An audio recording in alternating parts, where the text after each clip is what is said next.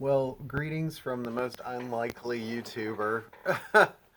Here we are again, and I just want to share my thoughts about a few things regarding the store and where we are in the world here a year after the pandemic started. Um, and also just say a few things about Record Store Day and then some new releases. So I don't want to make this too long, but I do want to give my heartfelt thanks out to all of you who've been so supportive for the past year. A year ago, when the pandemic started, we really had no idea if we would even weather the storm. So we're very fortunate that we've sort of gotten through, I think, the worst part of it. Knock on wood. That being said, um, it's been a crazy time. I could never have predicted this. And I think, as much as a lot of people predicted, couldn't have predicted that vinyl would make the comeback that it did before the pandemic started. In the last couple months since Christmas, it's really been sort of insane. And I think maybe those of you who are buying records probably see this a lot, where we didn't realize that we were going to have such a shortage of product coming from the manufacturers because so many young people, especially, were discovering vinyl, which is wonderful. And they were at home during this period getting a little more in touch with their surroundings. And a lot of them got into records and vinyl. And it's been interesting because it's kind of created a draw on the system where they were trying to keep up with making new vinyl. We had coronavirus issues in manufacturing plants where things would get shut down, and then we couldn't get things like Fleetwood Mac's Rumors. It's sort of like the staples that you always see were sort of drying up. And that's for new stuff. And then vintage stuff, too. Quite a bit of draw on what was out there, people hanging on to their collections. So you see a little bit less turnover going on than it used to be because it's staying with the customers or the listeners so much. So it's been a weird time. I can't remember ever experiencing anything quite like this. So it's been good, and I feel like it's been good and it's been bad. Wearing a mask all day still is tough, as it is for many of you. Uh, and then there's the good aspect of some days I'm quite busy. My internet orders are starting to develop into something, which is something good because we really didn't do that before this. I'm not really sure why. It was probably because it was just one more thing to worry about. And but I made a lot of good connections that way. Had some return customers and met some really nice people online. So it's a weird sort of learning curve. Okay, so enough of that. But I really do mean it. Thank you so much. And even if it was just a little bit of help here and there, uh, it makes all the difference in the world. So, that being said, Record Store Day 2021, I'm sure you've already all heard the announcements. Normally it would be happening mid April. We'd already have the list by now. Well, we don't. I'm assuming that the list will probably come around Memorial Day. Maybe, I guess it would have to be before that. Probably the end of April sometime. Because the first one is now June 12th. It got broken into two. The second one, July 17th. A lot of you already know this. You've probably been following it on a lot of other sites. Our situation is we were doing curbside delivery for all of those Record Store Day drops and Black Friday Record Store Day last year. So the question for us is, do we do curbside again? Or do we go back to a line where we have just a select number of people in here at any given time? And it really remains to be seen on how we handle the pandemic numbers. If cases start to develop again in this area, we may go back, keep doing the curbside. I mean, we have the system. The curbside was interesting because it brought out sort of a different group of customers than would normally come.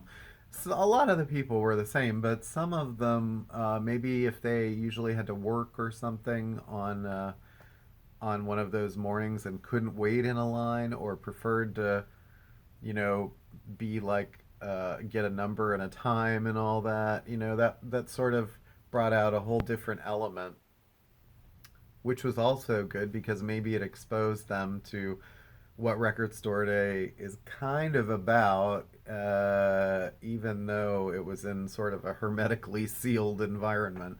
So I'm sort of leaning towards possibly going back to the line, but it's going to have to be sort of on a probably socially distanced basis. Um, I'm not 100% sure yet. So don't quote me on anything. It could still change, but it really sort of depends on how we all handle ourselves with the rest of this craziness. Okay, I'm using the word crazy a lot today. So let me just get to some of the new releases. Last time someone said, you look weird because you're covering up the price tags. Well, I don't really necessarily want to advertise all of my pricing, so I'm sorry that, it offends some people. But I'll try not to be so obvious about it. Okay, so the first one is Fleet Fox's Shore, which thank God this came out. This is one of the best records I heard in 2020, and it was only streaming, and here we finally get a really beautiful presentation too. And this is the limited edition indie colored vinyl, which we didn't get too many of, so they'll go fast. But such a detailed record, and it was supposed to come out early February, but again, because of COVID problems in a pressing plant, it got pushed back 6 weeks, 7 weeks. So finally, all right. All right. Plus, I think when you buy that at first, you get a special art print that comes with it. So Neil Young has been busy cranking and cranking and cranking stuff out, and I guess because he can't tour, so he's like, put it out, put it out, put it out. Anyway, so you got an After the Gold Rush box set. It comes with a bonus 7-inch. They're individually numbered. This one is 16,253, so I don't know how many of these are. But it's one of his best albums, but it's kind of pricey at $100. I mean, it has exclusive art prints and the bonus 7-inch and remastered, but that's definitely like a piece for collectors, I would say. A piece that's more for like average Neil fans that really want to hear a really really good show is the one with Crazy Horse back in 1990.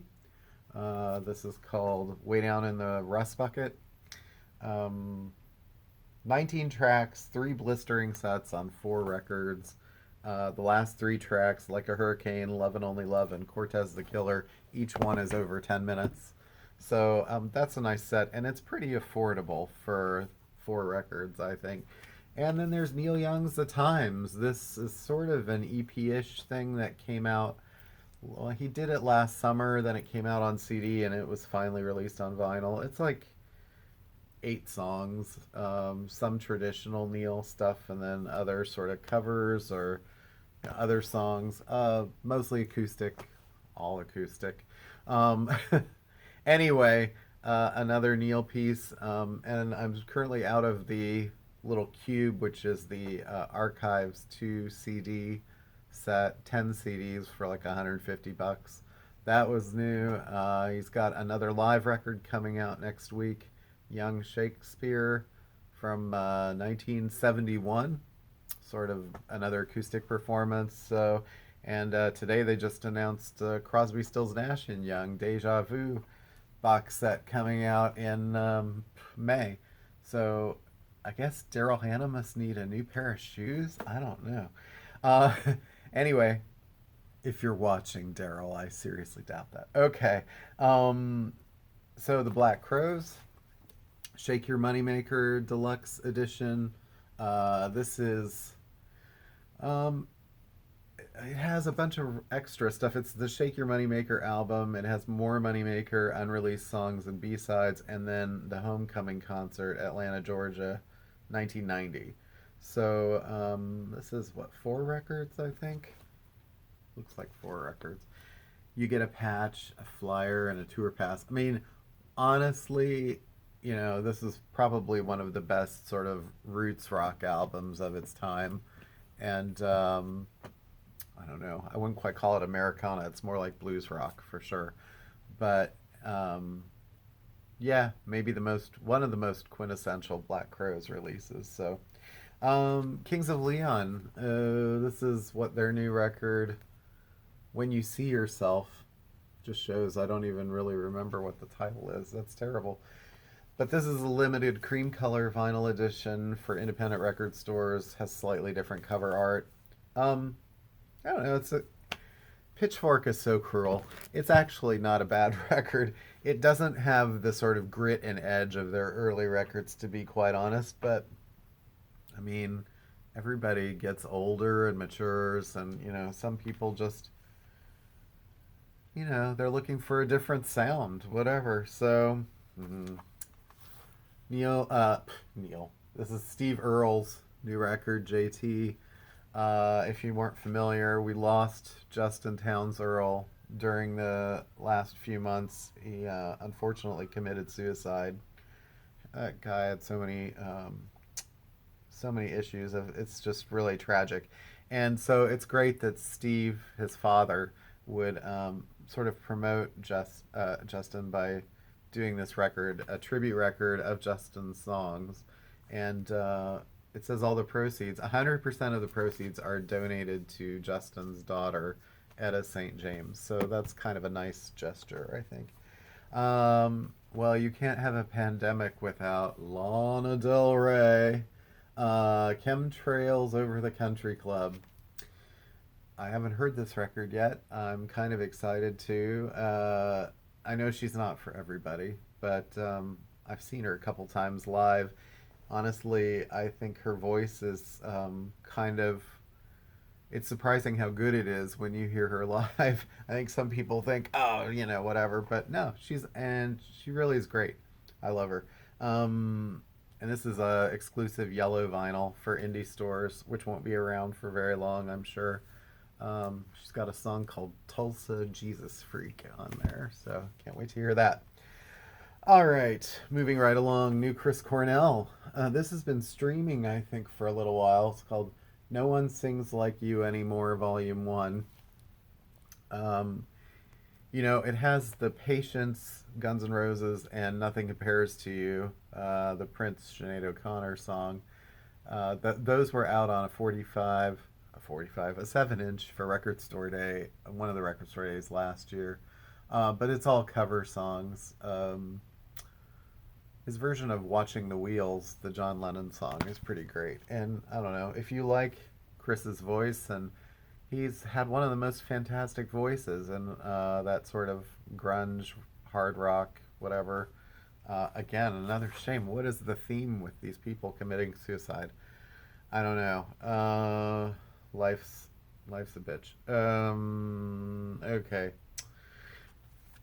Well, Green Day fans, Insomniac has been reissued. Ooh, cool shiny cover.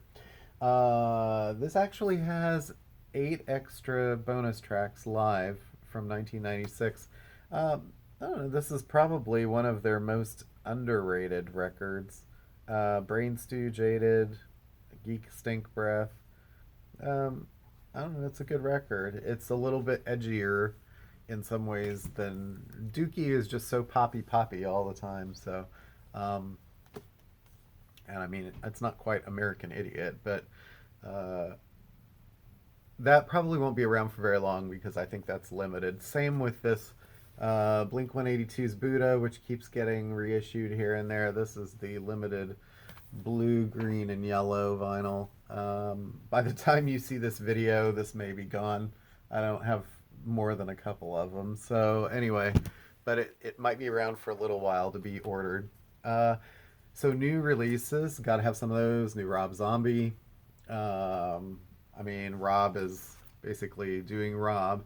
And if you've seen pictures of the vinyl online, this is the indie one with the red with black and white splatter vinyl. It's actually a really like a pretty attractive looking record, just the look of it. And there's a 28-page booklet in there, so Rob not skimping. If you like that kind of sort of like horror type stuff, it's the new DJ Muggs of Cypress Hill.